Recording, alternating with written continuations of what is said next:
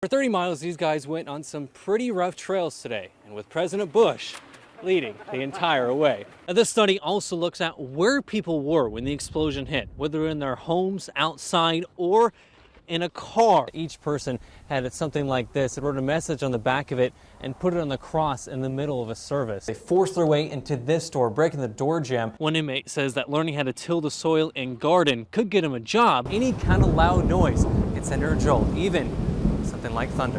Now, the mood of this walk is a lot different than last year. Last year was more about taking back the city. This year it's a little more positive. As you can see, there are now plastic bags on the gas pumps. Take this off, and whenever it's stretched like that underwater, it's difficult to get off. As police follow the man after he robbed a bank in Hillsborough. Now, I wanted to show you a map of this because it's kind of complicated, the path that he took. It sprayed the rocks from right here onto the sidewalk, and it even broke the ceramic pot. And there are zebra mussels right on the shoreline. And there's not a lot on this rock or on these rocks right now, but they just try not to think about it, and they're just trying to get through the rest of South by Southwest and enjoy a little more music. But for the families and the people injured, it may not be so easy. Live in Austin, Adam Hammons, News Channel 25. A devilish sky looms over a Belton street. Shattered windows, torn up yards, and piles of ice show evidence of what happened. And this is what it was like. Hail pelting this home as residents witnessed the excitement, and we experienced it too. Watch it, watch it, watch it. My cameraman and I drove through the storm, and while we drove, we saw multiple cars taking shelter, and eventually we had to as well. But when the sun came up, we saw other cars that weren't so lucky. This car owner heard it all from inside his home. All of a sudden, you hear this loud boom and there's hail flying everywhere. It's probably the craziest thing I've experienced here in Belton weather-wise. But on this street, it wasn't the cars, but the homes that were hit hard. It damaged pretty much everything that was outside. Dawn and her son were inside during the storm. She says the scariest part was not knowing what's going on. I just knew there was glass flying completely through my house to the back door. Now, the wind and the hail wasn't the only thing that caused damage. The water was going down so hard and so fast down this gutter, it sprayed the rocks from right here onto the sidewalk, and it even broke the ceramic pot. And the windows were just busting in. So it was pretty scary. But thankfully, the storm only brought hail, and the most important things on this street were never damaged. Nobody was hurt, and so we're good. We'll get it fixed. I walked over here to the edge of my driveway and snapped a picture of the fire. Mandy Jars was outside of her home just seconds before the blast. I was going to send it to my husband and was walking back and got right here to the edge of the grass. And it blew me over here to my front porch.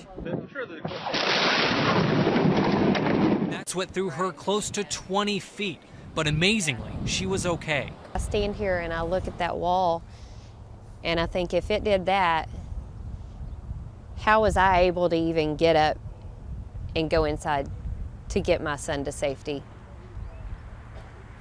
It's incredible. Jars took this path to get to her 10-year-old son. She says she had blinders on until she was able to get to his room.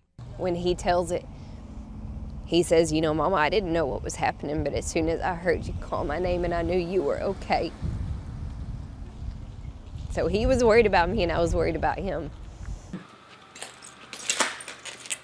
And this, what you see, this is minimal compared to what you will see. And she was right. Glass was everywhere, and the ceilings, which had fallen, cluttered almost every room. It's incredible that we're still here. It's absolutely phenomenal. But as for repairs, it'll have to be torn down, and she'll have to find a new place to rent. Other families do plan to rebuild right where they are. We started out with it, and we added on as the kids grew. And that's the reason why I want to keep it. I put a lot of hard work into it. It's your home. It's my home. It's my home. And I want to keep it. And it was fortunate that I could.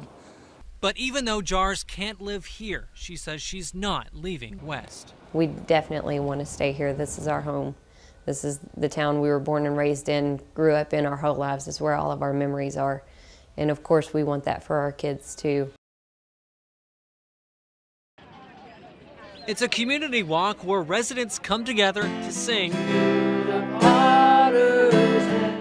and heal. Community that's got to heal itself. You know, you've got to come together as a community to heal yourself, and that's what really we need to do, and that's what we're doing here. And they did come together. Nearly 100 people gathered at the City Hall and walked through houses in Zone 2. It was a tragedy, but in a way, we're thanking God for all the positives that have came out of it.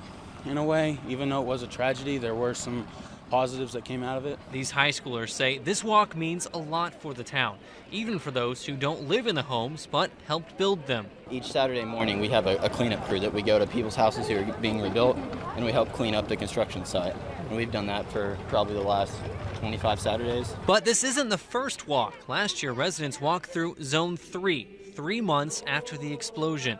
And Father Anthony Odion came back from Rome to lead it then and now. So we can re-enter like it was shut down. We were in exile, so to speak. So that was like retaking it. Now, the mood of this walk is a lot different than last year. Last year was more about taking back the city. This year it's a little more positive and seeing the reconstruction. But there's still a healing process. Father Odion says, though, getting the people together like this can help that. And I think this will heal the people. The unity, the fellowship, faith, hope, and love. Nothing heals like being together. Love so amazing. I don't think we'll ever be fully healed from this, but it definitely helps. Like with this walk, it definitely helps the healing process.